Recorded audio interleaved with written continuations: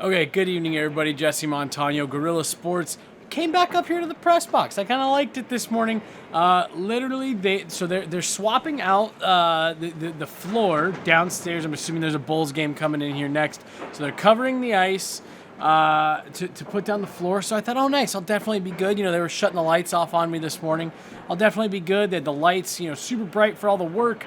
Literally, right as I hit record, they dimmed the lights in here. So they can't be turning them down that much further because of what's going on. So we should be good. But Avs dropped this one to the Hawks 3-2, and it's a bad loss. Is that the worst loss of the season so far? I don't know. Look, I said it after the game in Winnipeg that you lost the game in Winnipeg. You didn't like the effort. You didn't like how you played. You don't like the way you lose that game.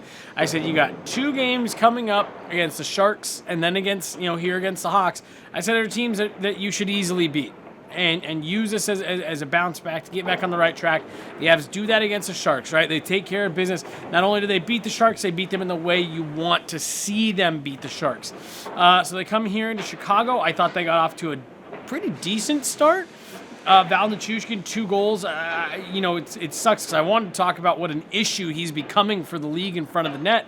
But with the way the result goes, really, it kind of makes it doesn't matter. Toews, 2 goals in the first, both power play goals, both heavy, strong in front of the net, making life difficult for for Peter Mrazek, Chicago Blackhawks netminder, and their guys in front of the net. And then it just seemed like that went away. The Avs, I talked to a couple players over these last couple of weeks about having the killer instinct. They've said we're missing that. We need that. And it seemed like that was what got away from the Avs here tonight. They just let the Hawks hang around. They played right into their hands. A lot of stretch passes. They let the Hawks play with speed. They let the Hawks run and gun. And, they let them hang around. In a depleted Hawks lineup as well. Like, that's really what makes this loss hurt as bad as it does if you're the Avs, is that's not only a roster that when fully healthy the Avs should absolutely dominate, but especially tonight where, they're rolling out a predominantly minor league lineup. And for the Avs to just, not have, again, I always come just shy of saying, not enough care, not enough compete. I think maybe Devon Toews said it the best. He said it's self-awareness. He said the team lacks the self-awareness to understand how they're playing, what they're doing well, what they aren't, what's going wrong, what's going right. He was one of the more candid interviews that I've had this season after the game, visibly frustrated when I walked in the locker room. I wasn't sure who I wanted to talk to after the game, after a loss like that. But I walked in and I saw just the way that Devon Toews' body language was, and I could tell that he probably had something to say.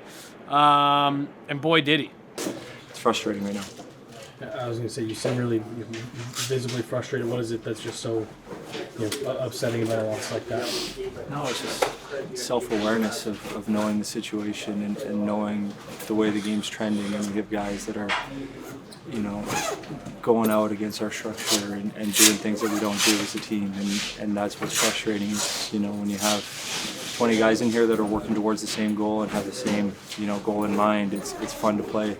That's how you win games in this league. And when you have 14 guys that are playing to the structure and 6 that aren't, it's really tough to win in this league. That's it doesn't take a lot, or many guys to go against the way that your team wants to play in order to lose a game. And just our self-awareness of knowing when we're playing well and knowing when we're not is just not there. We don't have a self-awareness of what it takes to win as a team and what it takes as an individual to compete and play your best right now. So it's frustrating when, as a collective, you're not pulling for the same goal. So not really that kind of felt like the vibe of the entire room, what you just saw right there from Devon Toews. This is a loss. There's a lot of losses. These are long seasons. You guys hear me talk about this a lot. It's like, hey, it's a loss. It sucks. You got to bounce back from. You got 82 of these things. Losses are going to happen. This is one, by no means the season over. The Avs are still fine. This one loss doesn't drop you out of a playoff spot. Doesn't drop you out of contention in the Central Division or anything like that. But this needs to be a gut check loss for the Avs. That's not an acceptable loss at this point in the season. I asked Jared Bender, I said, maybe is it still guys not gelling? And he said, no, we're too late in the season for that. We're too far into the season for that to be the reason why we have performances like what they did tonight. So at the end of the day, when you look back in April, a loss is still a loss. It doesn't matter how bad it was, how good it was. But this is something that they have to take the opportunity, to turn it around and get it going in the right direction.